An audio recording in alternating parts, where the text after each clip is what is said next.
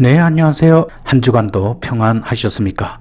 오늘도 수요 성경 공부 성경 청론 제29강 사무엘상 서론과 1장에서 8장까지 공부하도록 하겠습니다. 히브리 마소라 성경은 사무엘상 하에 이름을 분리하여 각기 다른 이름으로 정하지 않고 두 권을 통합하여 하나의 이름, 즉 사무엘의 책들이라고 불렀습니다. 이렇듯 한 권의 책으로 이어져 내려오던 사무엘서는 헬라어 역인 70인역에 와서 비로소 두 권으로 나누어지기 시작했는데, 그 이유는 모음 없이 자음으로만 되어 있던 히브리어 성경을 헬라어로 번역함으로써 책의 부피가 커졌기 때문입니다. 한글 개역 성경은 사무엘상과 사무엘하로 분류하였습니다. 사무엘서의 명칭이 사무엘의 이름을 따라 불리운 것은 사무엘이 주인공일 뿐만 아니라 이스라엘의 사울과 다윗 왕에게 기름을 부어준 위대한 선지자였기 때문입니다. 그리고 사무엘서의 저자는 미상입니다. 그러나 여러 가지 추측은 가능합니다. 첫째는 사무엘이 저자라는 견해입니다. 하지만 사무엘상 25장 1절에 그의 죽음이 기록되어 있기 때문에 사무엘상의 첫 부분은 기록했을 가능성도 있지만 사무엘서를 다 기록했으리라고 보기는 어렵습니다. 둘째는 다윗이라는 견해입니다. 왜냐하면 사무엘서에 나타난 모든 사건을 상세히 알 수 있는 사람은 다윗밖에 없다는 생각에서 나온 주장입니다. 셋째로 선지자 생도 중 한 사람이 편집했다는 견해입니다. 즉 역대상 29장 29절에 나오는 선견자 사무엘의 글과 선지자 나단의 글, 그리고 선견자 갓의 글과 함께 야살의 책 등의 자료들을 모아 편집했다는 것입니다. 그러나 이 모든 견해들도 추측일 뿐 정확하지는 않습니다. 그리고 시대적 배경을 살펴보겠습니다. 사무엘상은 처음부터 끝까지 다윗에 관한 내용을 기록하고 있습니다. 다윗에 관한 기록은 사무엘상 16장에서부터 시작되어 그의 죽음을 기록한 열왕기상 2장까지 계속됩니다. 따라서 사무엘상은 다윗의 40년 동안의 통치 기간이라 할 수 있는 주전 1011년에서 971년까지의 시대적 상황을 배경으로 삼고 있습니다. 다윗은 40년 동안의 통치 기간 중 7년은 헤브론을 중심으로 다스렸고 나머지 33년은 예루살렘에서 통치하면서 이스라엘 전역을 다스렸던 것입니다. 그리고 기록 연대와 기록 목적을 살펴보겠습니다. 기록 연대는 저자가 미상이다 보니 연대도 정확히 알 수 없고 단지 추측만 가능합니다. 대체적으로 사무엘서의 기록 연대는 솔로몬의 죽음 이후로부터 북이스라엘이 아수르에게 멸망하기까지, 즉 BC 722년의 어느 시점으로 보고 있습니다. 이러한 주장의 근거는 사무엘서의 내용이 다윗 통치의 말기에 끝나고 있는 데서 찾을 수 있으며, 또한 사무엘상 27장 6절에 분열된 이스라엘에 대한 암시적 표현이 있는 것으로 보아 사무엘서의 연대 기록을 솔로몬의 죽음 이후로 보고 있습니다. 그리고 사무엘서에는 BC 722년에 있었던 북이스라엘의 멸망에 대해 일체의 언급이 없기에 BC 722년 이전에 기록된 것으로 추측하고 있습니다. 기록 목적: 사무엘서는 사무엘하와 함께 사무엘서라는 한 권의 책으로 되어 있습니다. 따라서 사무엘서의 기록 목적은 사무엘서라는 한 권의 책에서부터 비롯되어져야 할 것입니다. 본래 사무엘서는 이스라엘의 왕정 국가가 형성되는 과정에서부터 다윗 왕조가 수립되어 정착하기까지의 역사를 제시하기 위해 기록되었습니다. 동시에 사무엘서는 왕정 통치 제도가 하나님께로부터 온 것이며, 또한 완전하고 이상적인 통치자로서의 메시아에 대한 대망을 암시하고자 하는 기록 목적을 가지고 있습니다. 다윗의 일생을 통하여 한 개인과 민족의 죄가 어떠한 결과와 파급 효과를 가져오는지 하나님의 백성들에게 경고하기도 합니다. 사무엘상은 세 가지 특성이 서술되어 있습니다. 첫째는 하나님의 신정 정치가 등장하고 있는데, 조직적인 면에서 인간 왕을 세워 하나님께서 간접적으로 통치하는 형태가 나오고 있습니다. 사실 인간들이 요구한 왕정 통치는 불완전한 제도입니다. 하지만 사무엘상에는 하나님께서 왕정 체제를 통한 간접 통치 방법을 보여주고 있습니다.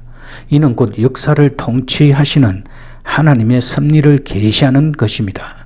그리고 그 섭리에는 그리스도를 계시하고 있는데 앞으로 임하게 될 완전하고 불변한 메시아 왕국을 대망하도록 요구하고 있습니다. 둘째는 인간 심령의 죄악성과 그 죄의 인과응보를 보여주고 있습니다. 다윗은 훌륭한 하나님의 종이었으나 사무엘과 엘리처럼 하나님을 거역한 자식들을 가지고 있었습니다. 또한 성군이라 칭함받던 다윗도 음행과 살인을 범하였습니다. 다윗은 진실로 회개하였으나 그 죄의 형벌을 매섭게 치루어야 했던 것입니다. 즉 바세바 사이에서 태어난 아기의 죽음, 장자인 암몬이 저지른 음행, 그리고 아들인 압살롬의 반란 등 다윗은 자신이 저지른 죄악 때문에 엄청난 비극을 맛보았던 것입니다. 셋째로 다윗의 언약이 기록되어 있습니다. 이 언약은 다윗에게 영원한 왕위와 나라를 약속해 주는 언약으로서 그리스도의 영원한 통치를 예언해 주는 약속이었습니다. 한편 이 언약은 아브라함과 맺은 언약을 확충시키고 있습니다. 이제 우리는 사무엘상의 특별한 주제들에 대해서 공부하겠습니다. 먼저 사울과 다윗의 전쟁. 사무엘서의 특징은 거국적인 대사건의 기록과 개인적인 사소한 일의 동시적 기록입니다. 사무엘서에 나타난 전쟁 기록의 대부분은 이스라엘의 초대 왕인 사울과 그 뒤를 이은 다윗과 연관되어 있습니다. 이 전쟁에 대해서 중요한 부분만을 고찰해 보면 암몬은 2차례 거쳐 공격을 했으며 블레셋은 4차례에 거쳐 이스라엘을 공격하였습니다. 그리고 아말렉의 침투와 모압, 에돔, 소바 등이 동맹이 되어 이스라엘과 대적이 되었습니다. 다윗 시대에는 이방 민족들과 11차례의 전쟁 가운데서 모두 이스라엘이 승리하는 쾌거를 이루었습니다. 두 번째로는 사울의 왕국입니다. 사울은 이스라엘 왕정 시대의 최초의 왕이었습니다. 사울은 이스라엘을 블레셋의 멍에에서 구원하였을 뿐만 아니라 주위 모든 국가들과 전쟁을 벌여 영토의 확장과 나라를 견고하게 세우기 위해 노력하였습니다. 그러나 다윗과의 끝없는 갈등으로 인해 밖으로의 정복 사업에는 그리 활발하지 못하여서 그의 수도와 매우 근접해 있는 이방의 여부서마저도 정복하지 않은 상태로 남아 있었습니다. 결국 사울과 아들 요나단은 아말렉과의 전투에서 전사함으로 사울의 왕권이 다윗에게로 이양됩니다. 셋째, 다윗의 시대 사무엘로부터 이스라엘 왕의 기름 부음을 받은 다윗이었지만 그의 앞길이 그리 평탄한 것만은 아니었습니다. 특히 사무엘상은 다윗이 이스라엘의 정식 왕으로 추대되기 전까지의 방랑 생활을 기록하고 있습니다. 사울의 시기와 질투로 인해 피난 생활을 하게 되는 다윗을 상세하게 묘사하고 있습니다.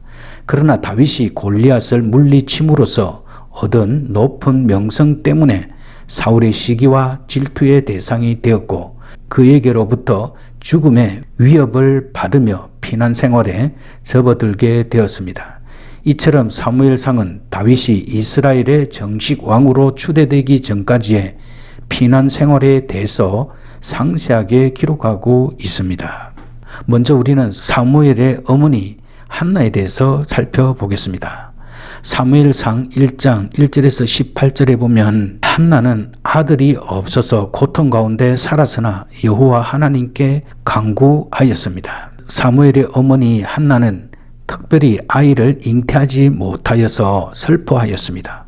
한나는 엘가나의 아내로서 자녀들을 생산하지 못하여 고통을 당하고 있었습니다. 엘가나의 또 다른 아내인 브닌나는 엘가나가 한나를 특별히 사랑하는 것을 질투하여 그녀가 자녀를 생산하지 못하는 약점을 이용하여 심히 격동시킴으로 괴롭혔습니다. 그러나 하나님의 말씀은 여호와께서 한나로 성태치 못하게 하신다고 증거하므로 한나의 불임에 하나님의 계획과 뜻이 있음을 말씀하고 있습니다. 아이를 갖지 못하는 한나는 여호와의 전에 나아가 기도하게 됩니다.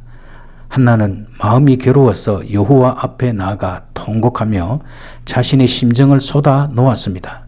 그녀는 하나님께서 아들을 주시면 평생을 여호와께 드리고 삭도를 그 머리에 대지 아니하겠다고 서원하였는데 이는 나실인으로 드림을 의미합니다. 그녀가 마치 술에 취한 것과 같은 모습이 보이므로 제사장 엘리는 그녀를 책망하였으나 자초지종을 들은 엘리는 그녀에게 하나님의 축복이 임할 것을 선언하였고 한나는 믿음으로 그 응답을 확신하여 얼굴에 다시는 수색이 없게 되었습니다. 사무엘상 1장 19절에서 28절에는 기도 응답을 받고 서원을 이행하는 한나의 모습이 나와 있습니다.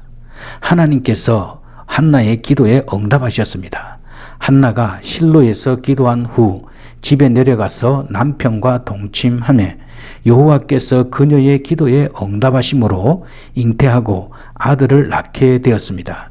한나는 자신이 여호와께 그를 구하였다고 하며 그 아들의 이름을 사무엘이라고 지었습니다. 그리고 한나는 여호와께 아들을 달라고 기도할 때에 서원한 대로 아이가 젖을 떼기까지 양육하고 젖을 뗀 후에 실로로 데려가 엘리에게 아이를 맡기게 되었습니다. 귀하게 얻은 자식을 곁에 두고 싶은 것이 여인의 본성이겠으나 한나는 하나님께 기도하여 서원한 바를 충실히 이행하여야 했던 것입니다. 이로써 여호와께로서 한나로 성태치 못하게 하셨던 이유가 분명하게 드러나게 되었습니다. 하나님께서는 사무엘을 자신의 구속 역사의 도구로 쓰시기 위하여 한나로 잉태치 못하게 하셨다가 서원 기도를 들으시고 아들을 주셨던 것입니다. 사무엘상 2장 18절에서 21절에 보면 사무엘을 통한 회복의 예고가 나와 있습니다. 사무엘에 붙인 엘가나는 레위 지파의 고핫 자손으로 하나님을 버리고 이방신을 섬기는 풍조 속에서도 성실한 신앙을 가지고 있었던 집안이었습니다. 그리고 이런 시대에 사무엘을 보내신 하나님에 대해 한나는 찬양의 기도를 드리게 됩니다. 한나가 사무엘의 출생에 대한 감사보다 하나님을 찬양한 것은 사무엘의 출생이 이스라엘 구원과 하나님의 영적 회복의 시대에 서곡임을 알았기 때문입니다. 그 시대는 전쟁이 사라지고 하나님의 평화가 도래하며 그의 백성들이 하나님께 회복되는 세계입니다. 그리고 당시 하나님의 말씀이 끊어진 시대적 상황을 대제사장의 영적 분함을 통해 묘사하고 있습니다. 그렇지만 하나님은 결국 사무엘이 그의 음성을 듣도록 함으로써 하나님의 통치가 회복될 것을 예고하셨습니다. 엘리 가문의 몰락은 사무엘상 2장 22절에서 36절 말씀에 나와 있습니다. 엘리는 아론의 넷째 아들 이다말의 후손으로서 제사 제도가 제대로 수행되지 않았던 혼란스러운 사사시대에 공식적인 대제사장 가문으로서 그 임무를 수행하고 있었습니다. 이러한 제사장 가문이 심한 부패로 인하여 하나님의 심판을 받아 몰락하게 된 것입니다. 블레셋의 침입으로 이스라엘이 크게 패하였고 언약궤를 빼앗기던 때에 엘리와 그의 두 아들 홈리와 비느하스 그리고 엘리 자부의 죽음으로 이루어졌습니다. 더욱이 엘리의 뒤를 이어 형식적으로 그의 정손인 아히두비 대제사장직을 수행하였으나 실질적으로는 사무엘이 제사장직을 수행하게 되었습니다. 하나님께서는 사무엘을 부르십니다. 사무엘상 3장 1절에서 14절에 보면 하나님께서 사무엘을 부르십니다. 하나님의 부르심을 받았으나 사무엘은 깨닫지 못하였습니다. 사무엘이 자랄 때는 여호와의 말씀이 희귀하여 이상이 흔히 보이지 않았기 때문에 하나님께서는 사무엘을 부르실 때에 사무엘은 그 소리가 하나님의 음성임을 깨닫지 못하였습니다. 그래서 엘리가 부르는 줄 착각하고 엘리에게 2번이나 달려갔으나 엘리는 자신이 그를 부르지 않았다고 말하며 다시 누우라고 하였습니다. 사무엘이 아직 여호와를 알지 못했다는 말씀은 사무엘이 아직 하나님의 직접적인 계시를 받는 체험을 하지 못했음을 의미합니다. 사무엘에게 하나님께 응답할 것을 가르치는 엘리. 사무엘이 3번씩이나 엘리에게 달려와서 자신을 불렀느냐고 묻자 엘리는 비로소 하나님께서 사무엘을 부르심을 깨닫게 되었습니다. 엘리는 사무엘에게 여호와여 말씀하옵소서 주의 종이 듣겠나이다 라고 대답하라고 지시했습니다. 이는 하나님의 음성에 대한 모든 성도의 바른 응답 자세라고 할 수 있습니다. 사무엘상 3장 10절에서 14절에 보면 하나님의 말씀이 사무엘에게 임하게 됩니다. 여호와께서 사무엘을 부르실 때에 사무엘은 엘리가 가르쳐 준 대로 응답하였습니다.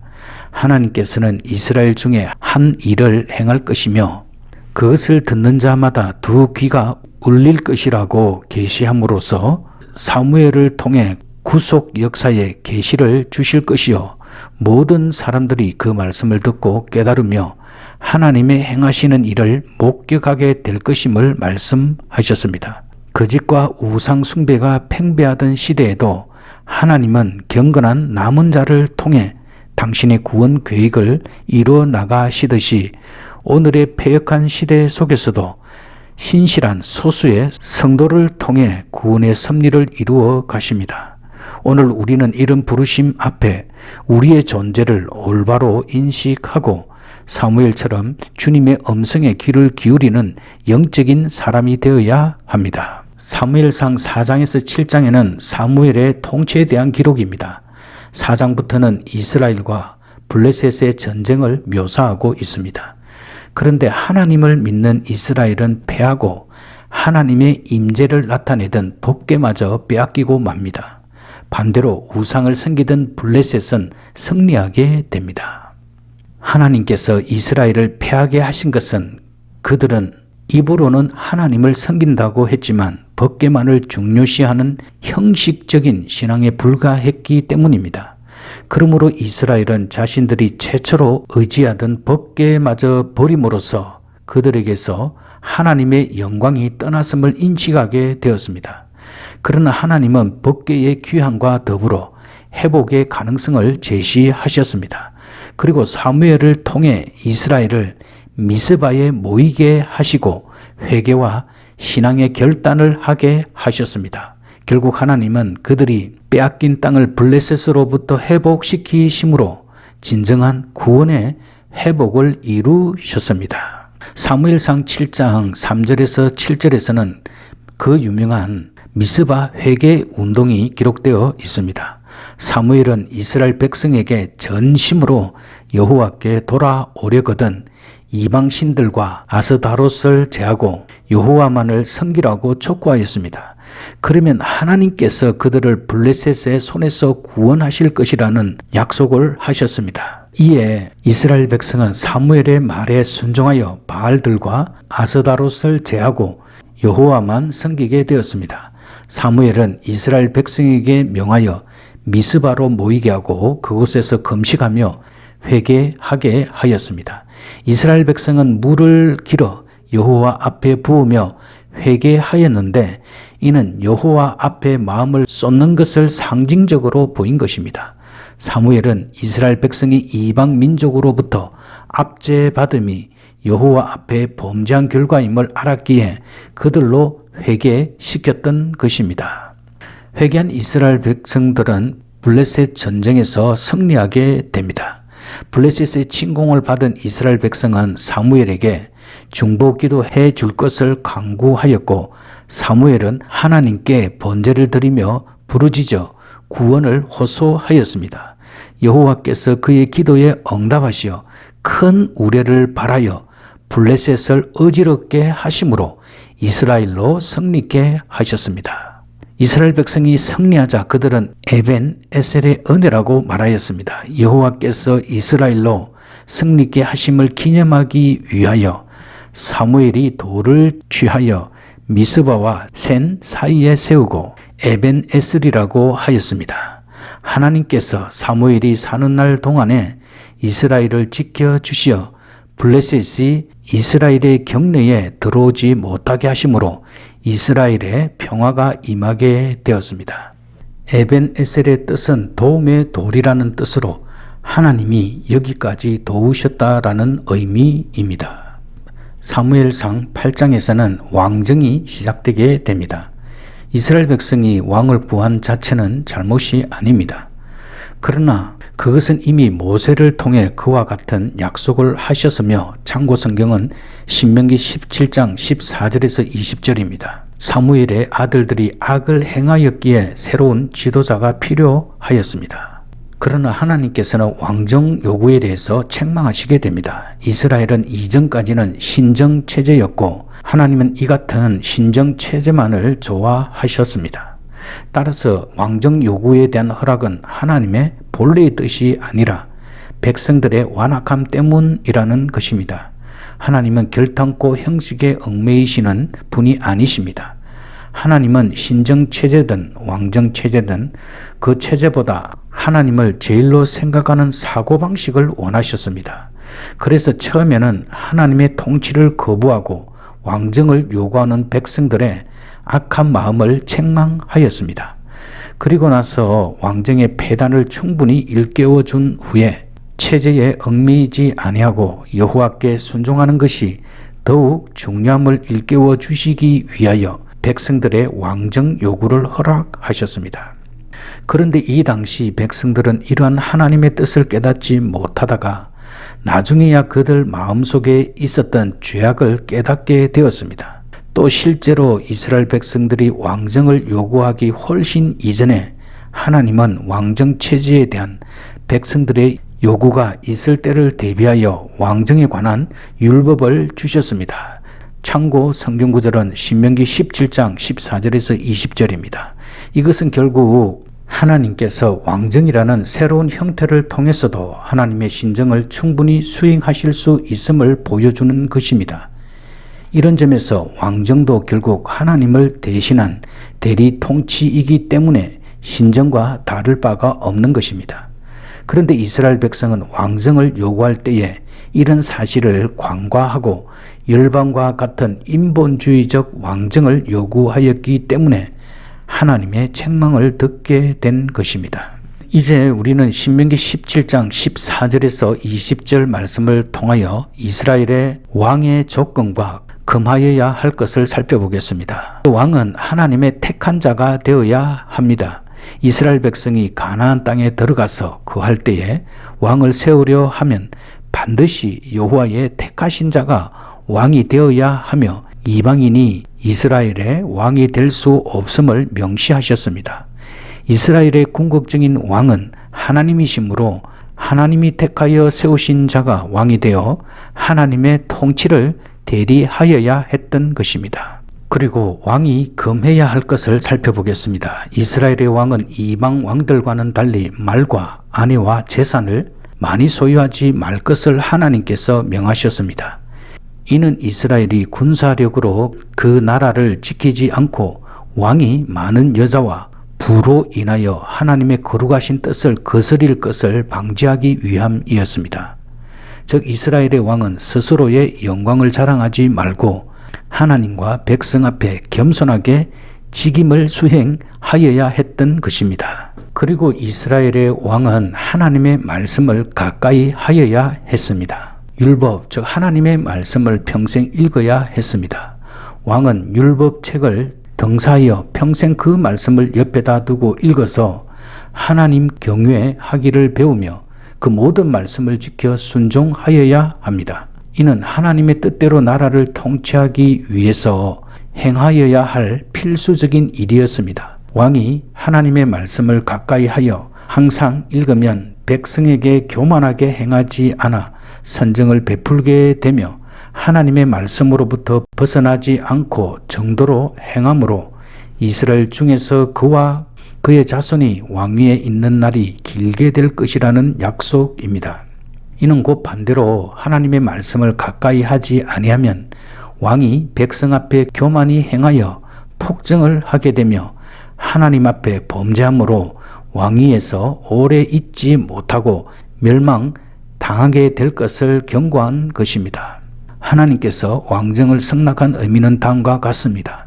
이스라엘 백성에게 약속한 왕은 이방 나라의 왕과는 다른 하나님의 대리자로서의 다윗 왕이며 더 나아가 만유의 왕이신 그리스도를 지칭하는 것이었습니다. 그러나 그들은 하나님의 말씀에 순종을 요구하는 통치자가 아닌 독립적인 판단으로 전쟁에서 승리를 가져다 줄 왕, 즉 세속적인 기준의 왕을 요구한 것입니다.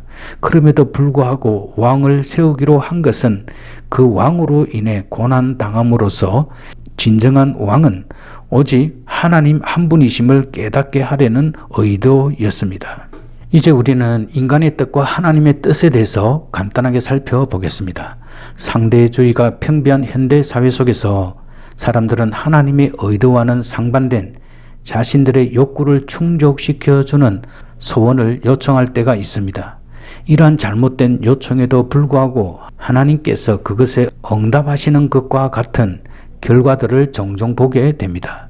예를 들어 부정한 방법으로 물질을 얻을 때 우리는 그것을 하나님의 응답이라고 생각합니다. 그러나 그런 물질의 수명은 오래가지 못하고 그가 의지하던 물질은 사라지게 됩니다. 결국 그는 하나님만이 변치 않는 분임을 깨닫고 그에게로 돌아설 것입니다. 하나님께서는 어떤 암담한 상황에서도 그의 백성을 사랑하시고 계시기에 그곳에서 벗어날 수 있는 길과 방법을 제시함으로 그의 백성을 회복시키십니다. 특별히 하나님은 사무엘처럼 작은 자들을 사용하십니다. 우리는 이런 하나님의 거룩하신 섭리를 두려워하며 그분과 동행하는 삶을 살아야 합니다. 그리고 상대주의는 진리, 도덕성 및 현실의 다른 중요한 측면들이 절대적이고 보편적이지 않으며 오히려 맥락, 시각, 문화 또는 개인적인 관점에서 달라진다는 철학적인 개념입니다. 다시 말해 상대주의는 무엇이 진실로 여겨지거나 도덕적으로 옳다고 여겨지는 것이 상황, 문화 또는 개개인에 따라 다를 수 있다는 것입니다. 네, 오늘도 성경 공부하느라 수고 많이 하셨습니다. 이제 기도하도록 하겠습니다. 살아계신 하나님, 하나님께서는 역사를 통해 당신의 뜻을 성취하시는 분이십니다.